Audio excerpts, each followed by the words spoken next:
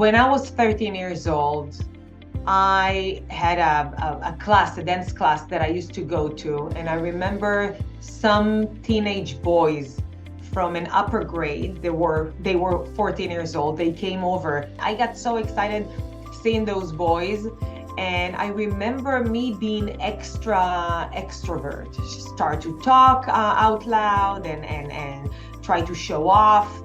And then I remember that one of the boys actually became frustrated, and then he just exploded. He was like, I hate people like you, shut up, and more and more of the same vocabulary. And I remember that I was shocked. And I remember when I went home with my friends, suddenly I felt, a sense of fear.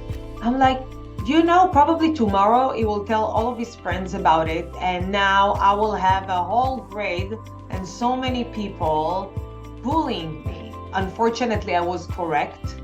And since that day, on a daily basis, I got bullied.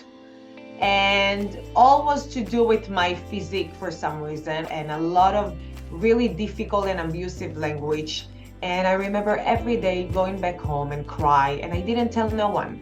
I had a sense of, blame towards myself, and especially ashamed, very, very embarrassed.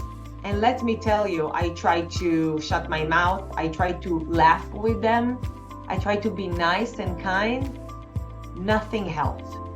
They just kept going and going and going. It doesn't help. And I remember one day it was so difficult that I went through the teacher's room. The moment I opened my mouth, I cried so hard. I couldn't help myself. That's when I realized in that moment that how painful it is for me. And she said, don't worry. And the day after, everyone was quiet. And since this day to the end of my middle school years, they left me alone. I can understand that some kids and even adults, we can be frustrated by other people's behavior. But bullying them is never the answer. We can talk through things, we can, even disagree. That's okay, but as long as we have open communication about it, we can solve it. Bullying is never the answer. Be aware of all the kids and teens that they give you the green light. And when I say green light, I want you to imagine highway with some stoplights, and then when there's red, cars stop. But when there is a green, cars continuing moving, right? So some kids will be the green lights. For example, if you ask them, how are you doing? Or how was your day at school? They will answer, everything is good. And you're like, okay, cool. And what I highly recommend you to do from the bottom of my heart is just stop for a moment, sit down, look them in the eyes, and ask them, how are you? And then wait.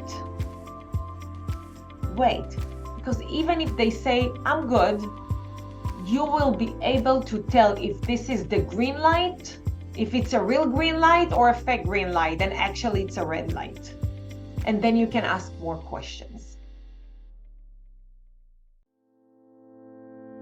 If you're currently dealing with bullying, I want you to know that that's not okay and you need to stop it. For yourself, for your soul, please save yourself from this. Talk to other people. Let teachers, parents, siblings, one person, find only one person, that's all you need, that you trust, that will not judge you and would want to help you out. It's not your fault. Bullying is not okay. And I want to give you hope. It will be okay. And you will be able to find your own people in your future work, in your future hobbies. The future is bright and positive.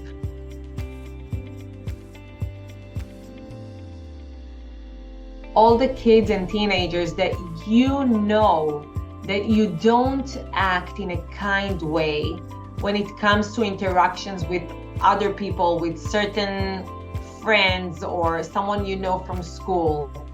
I hear you. I know that you have pain. I know that you sense pain because people that are very happy and content with themselves, they don't have the urge to hurt other people. So number one, I hug your pain and know that you don't have to deal with it just on your own. There are people out there that can help you. Your best friend, your teacher, your parents, you can reach out to me. I promise to answer back. Don't make other people grow up with this burden.